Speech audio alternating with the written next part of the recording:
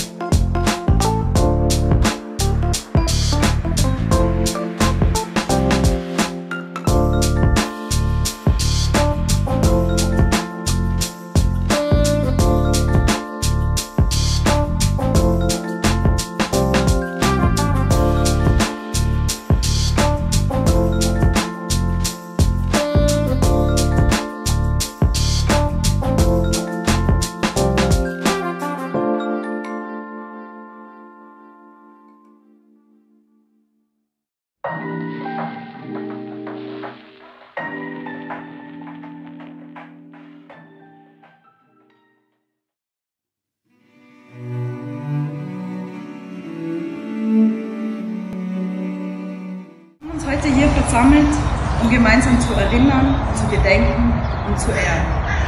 Es ist eine besondere Gelegenheit, uns der Vergangenheit bewusst zu werden, die tapferen Soldaten zu würdigen und die Lehren der Geschichte in die Gegenwart und Zukunft zu tragen.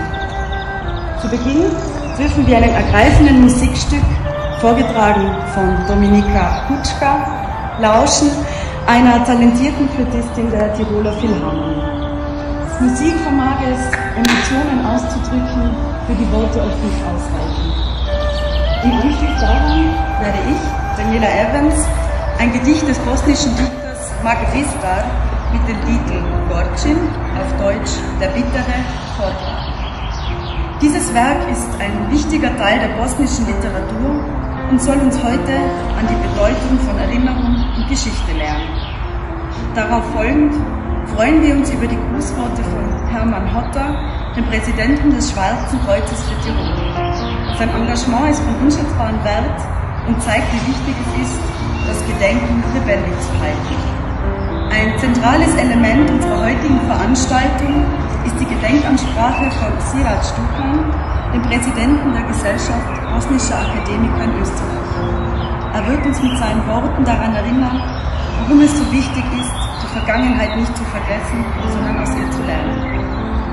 Zum Anschluss unserer Gedenkfeier folgt die Kranzniederlegung, ein Symbol des Respekts, der Erinnerung und der Verbundenheit mit all jenen, die ihr Leben müssen. Wir werden daraufhin gemeinsam zum bosnischen Teil des Friedhofs gehen. Möge uns die heutige Zusammenkunft daran erinnern, dass Frieden, Menschlichkeit und Erinnerung untrennbar miteinander verbunden sind. Lassen Sie uns gemeinsam dafür sorgen, dass die Vergangenheit uns lehrt und die Zukunft uns verbindet. Vielen Dank.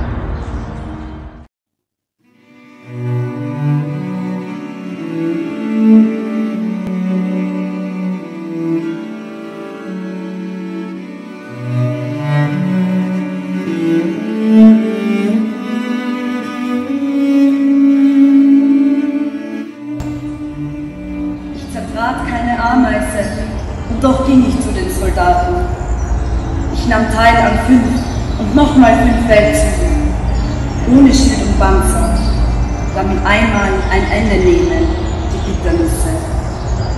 Ein seltsames Leid fällte mich, von der Lanze nicht durchstoßen, vom Pfeil nicht getroffen, vom Säbel nicht zerhauen, wurde ich von einem nicht verschmerzbaren Leid gefällt.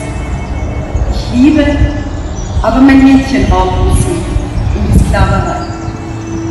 Wenn ihr Kosera begegnet auf den Wegen des Herrn, dann bitte ich, sagt ihr von meiner Treue. Ja, liebe Freunde, wenn junge Menschen voller Egoismus und den Krieg gezogen sind und die Heimat nicht mehr gesehen haben, dann glaube ich, ist es doch ein würdiger Gedenkakt, wenn wir ihnen wenigstens eine würdige Grabstätte bieten. Und ich muss Ihnen sagen, leider ist in der Ukraine, möchte ich auch noch sagen, wir haben jetzt 12 Friedhöfe, es sind nicht große Friedhöfe. Die Namen habe ich von der Universität in Lemberg bekommen. Und die Friedhofsbetreuer haben sie mir abgezogen.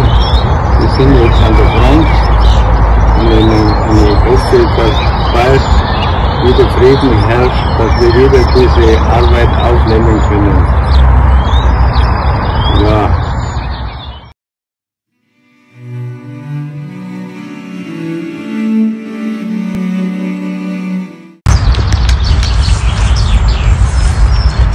Herr Präsident Potter, vielen Dank für schöne Worte und auch für angekündigte Unterstützung für ein Denkmal für alle bosnischen Soldaten, die hier liegen. Ich begrüße auch die Vertreter der Grünen Partei. Herzlich willkommen. Ich hoffe, dass das in Zukunft eine regelmäßige Zusammenkunft an diesem Ort sein wird. Meine verehrten Damen und Herren, meine Freunde, der Soldatenfriedhof Amras in Innsbruck ist nicht nur ein Ort des Gedenkens für diejenigen, die hier ruhen, sondern auch ein Symbol der Verbundenheit zwischen den Nationen. Heute erinnern wir die bosnische Volksgruppe in Österreich an unsere tapferen Vorfahren, die im Ersten Weltkrieg ihr Leben für die gemeinsame Heimat ließen. Die Bosniakenregimenter zählten zu den tapfersten Einheiten der KK-Armee. Es sei daran erinnert, dass früher alle Einwohner von Bosnien und Herzegowina Bosniaken hießen. Heute bezeichnen wir alle Einwohner als Bosnier.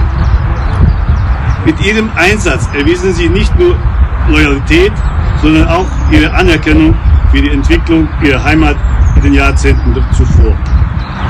Wie auch hier an Denkmälern zu sehen ist, war ein besonderes Kennzeichen der bosnischen Soldaten der Fez, der je nach Anlass in unterschiedliche Farben getragen wurde. Grau war im Kampf, Rot war in Paraden und eine Kuriosität, auch es gab einen weißen Fes in der Marine. Unabhängig von ihrer Religion trugen alle Soldaten der bosnischen Regimenter das Symbol ihrer Einheit und Zugehörigkeit. Hier möchte ich das bosnisch-herzegowinischen Regiment Nr. 2 aus dem Ergänzungsbezirk Banja Luka besonders erwähnen, welches zum meist ausgezeichneten Regiment der gesamten KK-Armee war. Mit Hauptmann Gojkomir Glogovac diente sogar ein Maria Theresien Ritter in seinen Reihen, der selbst aus Bosnien stammte. Das Regiment setzte sich zu Beginn des Ersten Weltkriegs aus nahezu 50% orthodoxen, 35% muslimischen und 15% katholischen Soldaten zusammen. Auch ein kleiner Anteil jüdischer und andersgläubiger Soldaten war Teil dieser Einheit. Ihre gemeinsame Hingabe und ihr Zusammenhalt sind es, die wir heute an diesem Ort ehren. Diese Vielfalt war keine Schwäche, sondern eine Stärke. Sie zeigt uns, dass große Herausforderungen nur durch Einheit und nicht durch Spaltung gemeistert werden können. Eine Erkenntnis, die auch heute noch von Bedeutung ist. Es ist daher nur allzu berechtigt, dass die an den Folgen von Verwundung oder Krankheit in Innsbruck verstorbenen Soldaten aus Bosnien und Herzegowina an einem so würdigen Platz in Amras ihre letzte Ruhe gefunden haben. Es geht aber nicht darum, die Heldentaten hervorzuheben, sondern uns zu erinnern, dass auch Vergeben ein Teil des Lebens ist. was uns ermöglicht, die Zukunft zu gestalten. Denn nur wenn wir erinnern, ohne zu mythologisieren und vergeben, können wir die Zukunft gemeinsam gestalten. Die Zukunft wird uns dann ein besseres und verständnisvolles Miteinander ermöglichen, wenn wir die Geschichte kennen und daraus die richtige Lehre ziehen.